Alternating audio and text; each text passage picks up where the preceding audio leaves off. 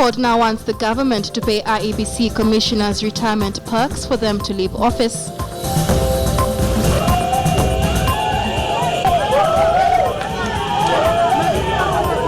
Prison warders on the loose. What really happened in Migori?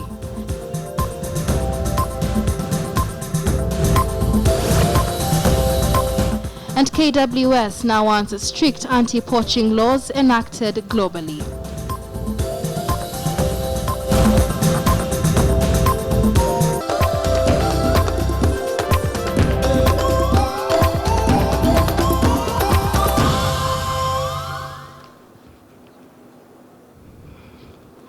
Good afternoon to you on this 28th day of May. We thank you for joining us on the weekend at 1. My name is Michelle Ngele.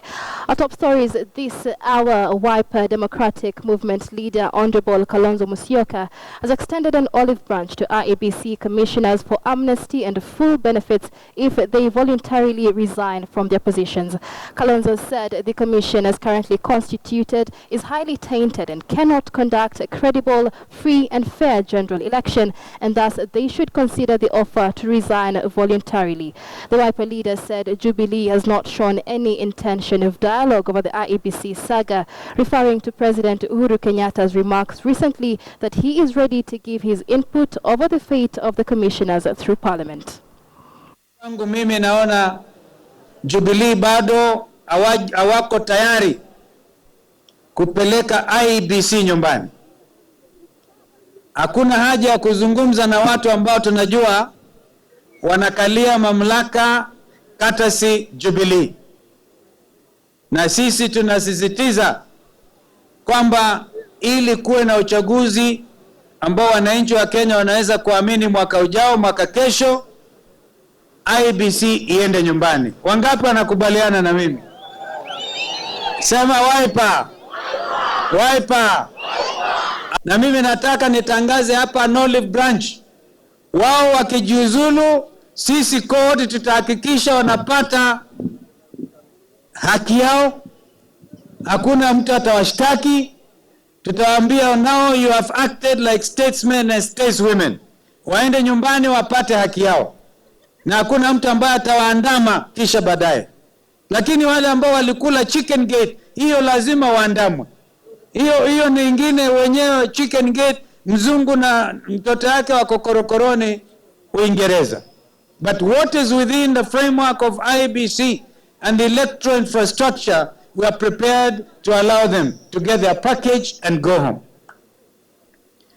Ya pili, Mheshimiwa Uhuru Kenyatta anasema atakuja kutembelea Ukambani. Na tunajua haji tu kwa mambo ya maendeleo, anakuja kutafuta kura zake za mwaka kesho. Haji tunamkaribisha.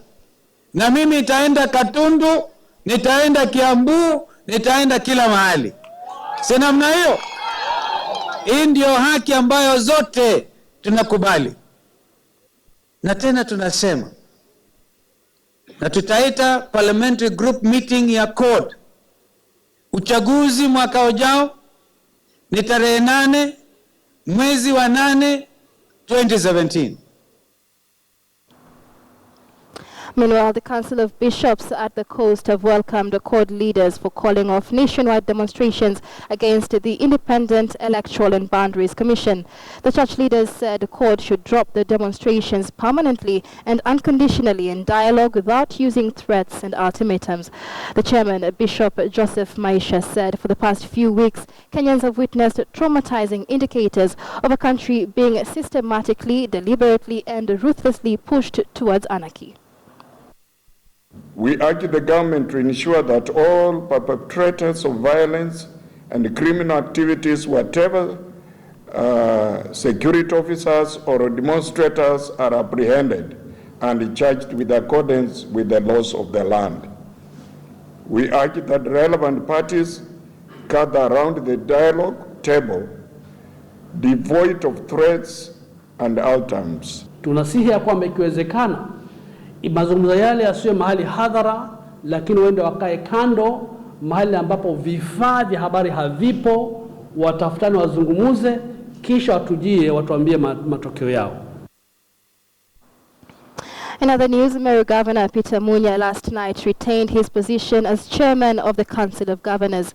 Taita Taveta Governor John Mrutu was elected the new vice chairman after he defeated his Uasin Gishu counterpart Jackson Mandago. The seat fell vacant after the previous vice chairman Salim Mvurya served the mandatory 2 terms. Devolution and Planning Cabinet Secretary Mwangi Kiunjuri saluted governors for conducting peaceful elections, with Munya promising to work closely with all stakeholders to ensure devolution succeeds. So where it is possible and where we see the goodwill to resolve issues, we intend to use methods that are not necessarily court to resolve them. And indeed, we are happy that one of the issues we've been able to resolve right now is the issue of P4R, as this new program is called. We are happy that the program is respecting laid down frameworks for disbursement of funds to counties, and specifically we are happy that funds will be sent directly to the counties, confirming and reaffirming the existing framework in law on how to manage funds that are meant to go to counties. Tensions are not there. A good show that really in this country elections can be conducted not in a acrimonious way, but in a peaceful way, and this is the way forward.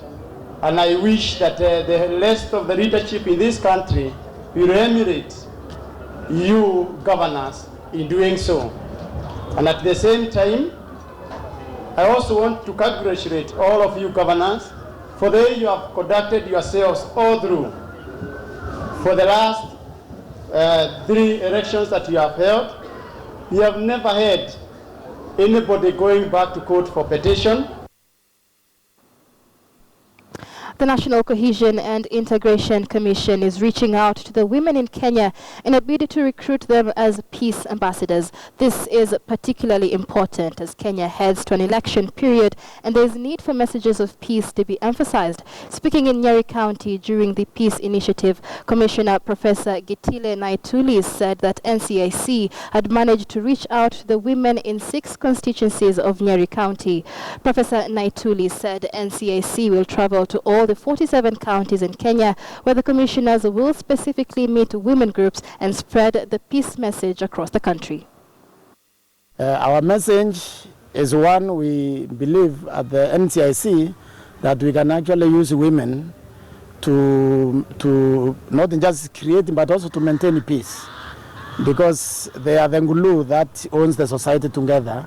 And I think it's probably a mistake on our part as a country that we didn't focus on women in groups in creating a nucleus around which the peaceful coexistence is supposed to emerge from. So we have been talking to women in groups.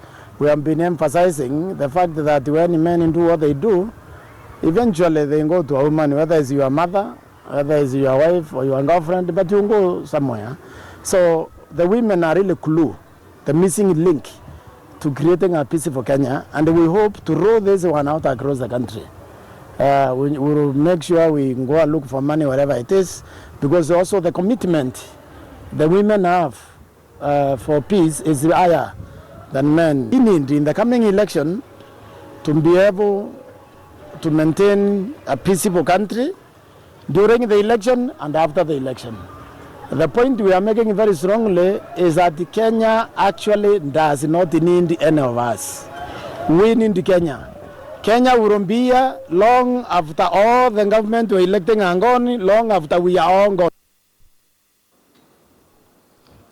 Reports reaching us from the county of Migori indicate that calm has returned to the town after yesterday's day-long police battles with residents after a shooting incident. The girl who was accidentally shot is said to be receiving treatment as is in a stable condition. Prison warders pursuing a fleeing inmate from Migori town yesterday accidentally shot and critically injured a secondary school student, sparking protests from residents. The stray bullet from a warder's G3 assault rifle hit hit the Form 1 student from Ulanda Girls High School in the head while she was watching the Lake Region handball games at Migori Boys Secondary School. The inmate had strayed into the school compound with the warders hot on his pursuit. The bullet, according to medics at the St. Joseph's Ombo Catholic Hospital where she was rushed, took out one of the student's eye.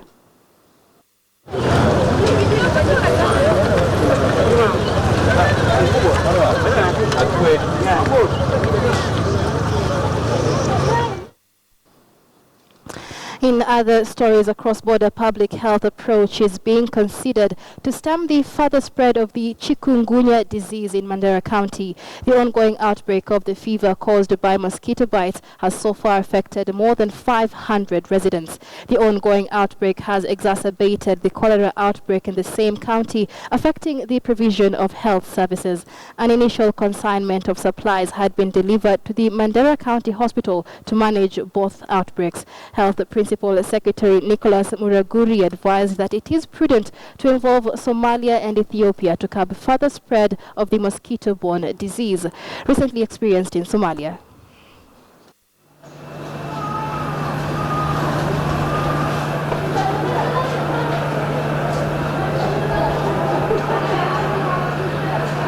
For almost 7 days nilikuwa nazo, na pia familia yangu wote wamepata. Alhamdulillah, lakini sasa tunashukuru Mungu. Watoto wote wamepona isipokuwa mimi na mama. We don't want to, but we have talked to the public, the religious leaders, the elders, that in fact that we are going to do mass.